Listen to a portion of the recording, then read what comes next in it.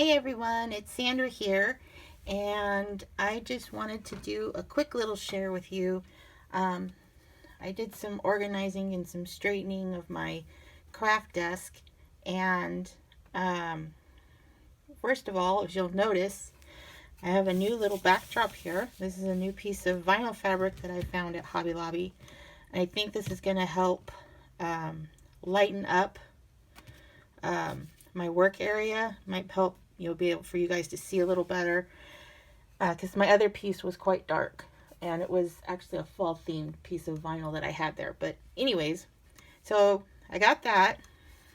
Wanted to share that, show you that I kind of lightened it up, so hopefully that's going to help. And then this is just my block of granite. It's really heavy, that I use on my work surface, or part of my work surface, especially when I'm working with polymer clay.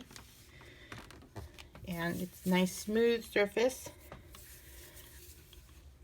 and it's actually cold right now. It wouldn't be very good to work with clay because it would keep it kind of hard. But I also wanted to give you a little update on a video I was working on, and I got it started. I did some footage on it, and then I don't know what happened, but I got so excited that I forgot to record the rest of it, because I was pausing in between sections. I'd show how you started a round, and then I would pause in between as I finished each round, because I didn't want to bore everybody. But I forgot to record again after I finished. I think it was about the third or fourth round. I finished the round. As I was starting the next one, I forgot to record again because I was so excited and happy with how it was turning out that I ended up finishing the piece and I didn't record it.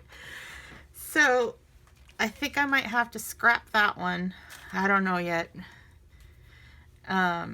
But I will share with you and I'm on the finishing round, I think. I might have one more after this, but I wanted to share with you. So this, and it's still attached to a thread, so I'm not quite done. But this is what I have so far. And this centerpiece, if some of you remember, is polymer clay that I was playing with, the Makumogani technique. And I made some cabochons with it, and this is one of them. And then I did some bead embroidery. And I bezeled it with, the sea beads, and then I embellished it with these green and yellow. You can see these green and then these yellow ones. And then on the back, it's a piece of, I forget what they call it, the leather. I forget what it's called. It's like a suede, almost, kind of like a suede. Because, that's the part that's going to touch your skin, so I wanted something that was going to be soft against your skin. So there's that I've been working on. And I actually have another one that's a different shape. It's only on the first round. So there's the first round. So I've got to continue, bezeling it and then, go from there. So there's those two pieces that I'm working on. I also have a third one that I started, and now I don't know what I did with it. Oh, goodness.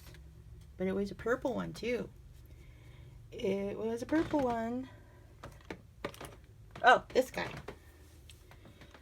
I was going to start working on this guy.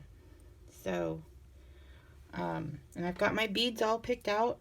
I think I did. I don't know what I put them somewhere. So, but yesterday, I'll catch up with you guys here a little.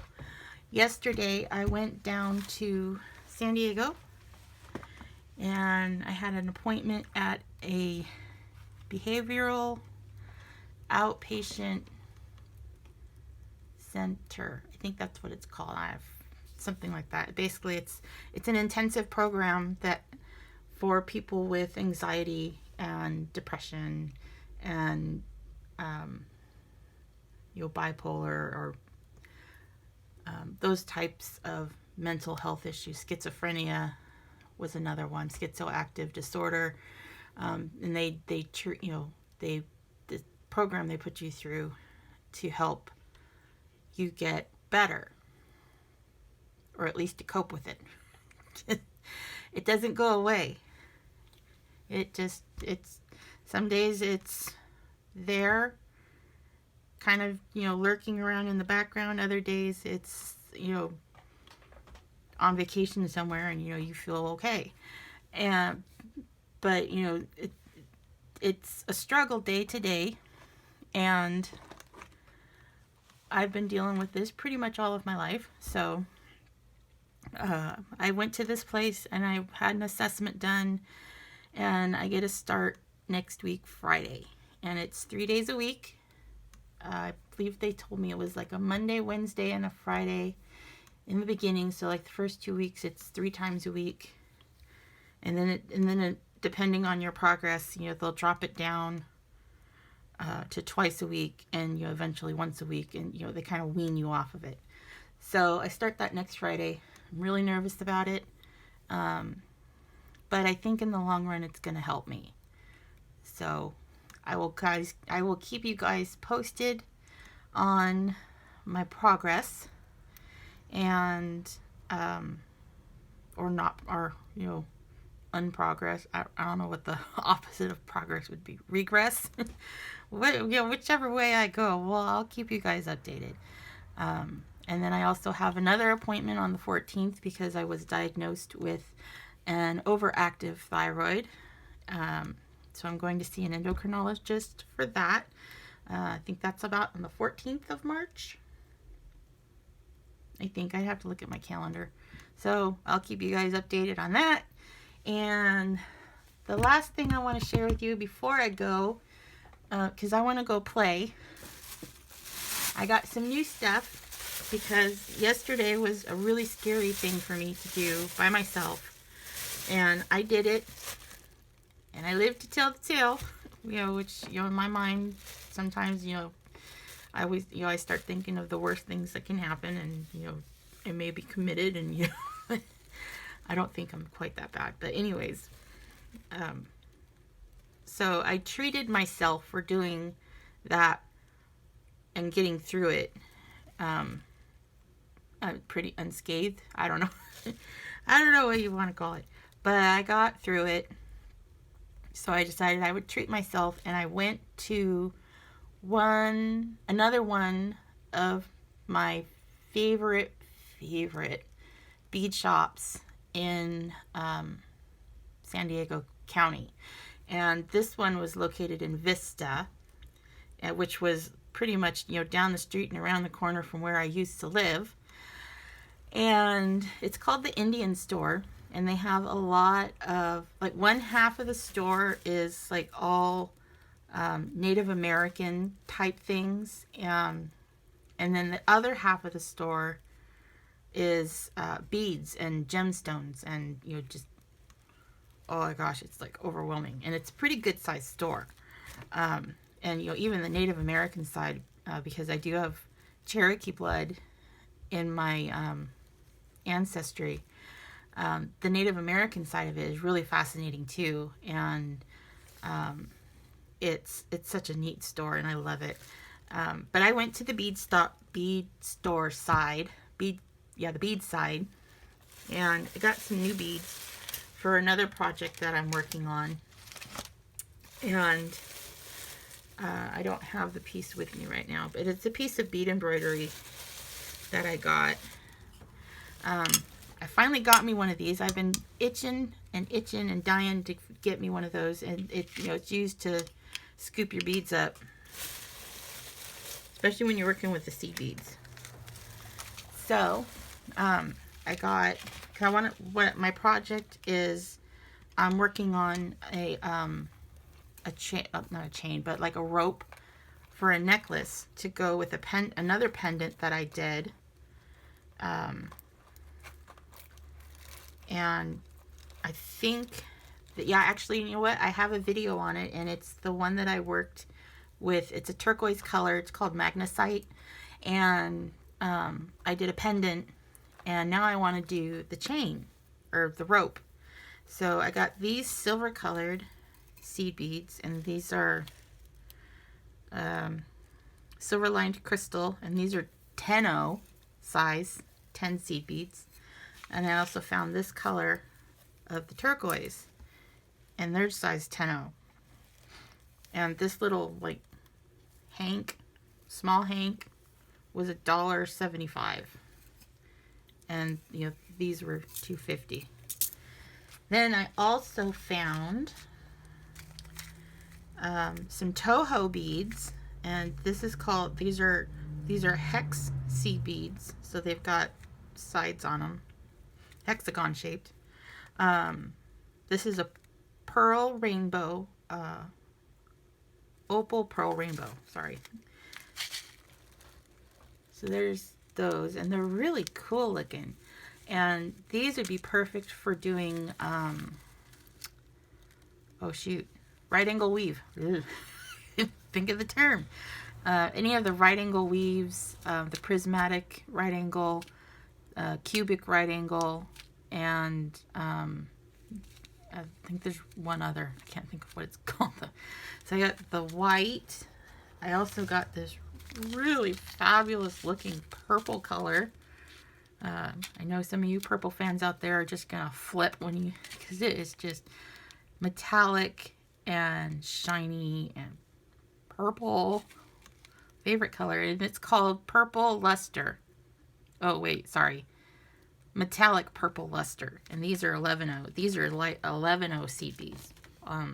The white, the purple, and then this other color that I got, which is called Metallic Red Iris, and it's got like a purple hue to it as well. I hope you guys can see that. You know what? Let's put them out on here. Maybe you can see them better. Let's see.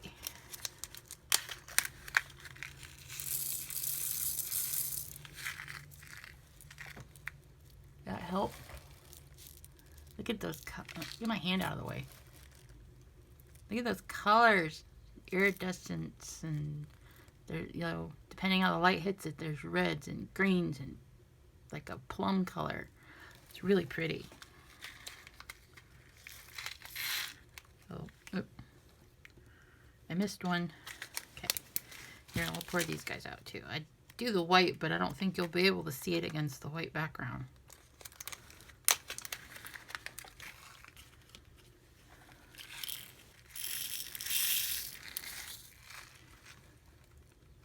Again, get your hand out of the way, you nitwit. There we go. So, there we go. Isn't that a pretty purple? Oh, gosh, I can't wait to play with these. But yeah, so I got those. And then I did one more stop, and this was after lunch when I was down in San Diego yesterday. I went over to, not Hobby Lobby, Michael's, and I got some texture sheets that I want to play with. And these are the, let's see, what are they called? It's by Craftsmith. That's just the background. And they're just texture plates, and they're double-sided, so there's a different pattern on each side that, you know, you press into the clay. And this one's really pretty. I like this one. And that one's really pretty. Ooh, and I like this one too. And that one. But like some of these other ones, like this one, and maybe, and you know, either one of these. There's a technique called the Sutton slice, where what you do is there goes, my brain's trying to process faster than than I can spit the words out. And I start tripping on my own tongue.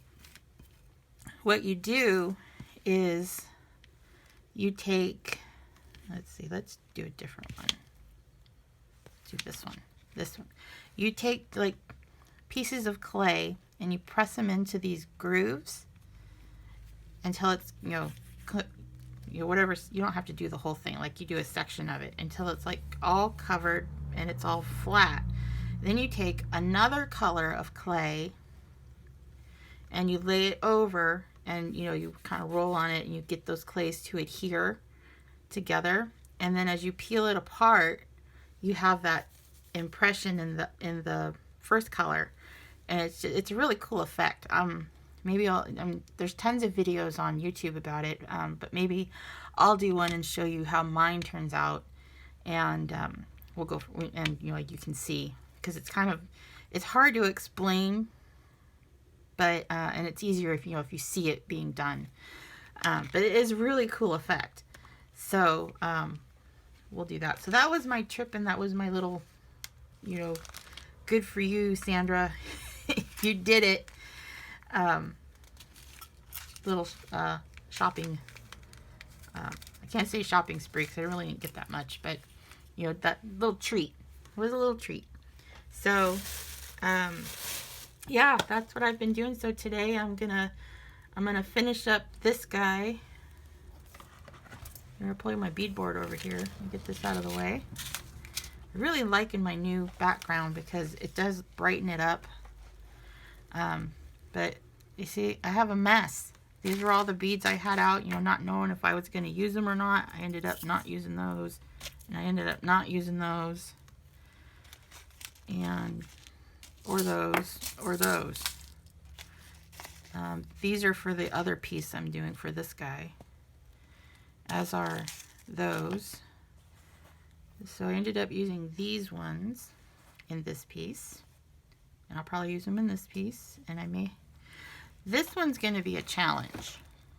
This one is going to be a challenge because of the shape. I actually had difficulty doing this, just, you know, that first round, but I'm hoping it gets easier as I come up the sides here. And then, not sure what I'm going to do there. But anyway, oh, and this was a piece that I found, I don't know, a couple months ago. It was Hobby Lobby, and 60 cents for this Rivoli. That it's a 25 millimeter Rivoli in light topaz. It was $2. It was $2 regular price, and I got it for 60 cents. So that was really cool. Can't wait to play with that one. That one. So, but yeah. So this is my mess. Those are beads I used. This is another color I'm going to use on that one, I think. I'm going to put these together. There. Well, here's some more that I was going to try and use in this, but they actually ended up being too big, so kick those to the curb. Kick those to the curb. Yeah, I was going to try and get some sparkle in there somehow, but, you know, I kind of like the matte look on this one. So, I kick those to the curb. And those to the curb. There we go. Now I just got to put them away. Anyways, I'm going to go for now because I'm just rambling and you guys are going to get bored with me. It's another thing that kind of happens is, you know, if I'm nervous or something, I kind of either clam up and don't say anything, or I start rambling like I'm doing now. So I'm going to go, and I will catch up with you guys later. And I hope you all have a wonderful day. Remember to always be kind to each other. We need more kindness in this world. And, you know, even if it's just smiling at someone and saying hello, you never know what they're going through, and that just might be the little bit of sunshine that they need, and it would just make their day. And we need more niceness like that. So remember, always be kind, smile, and remember that everything's gonna be okay.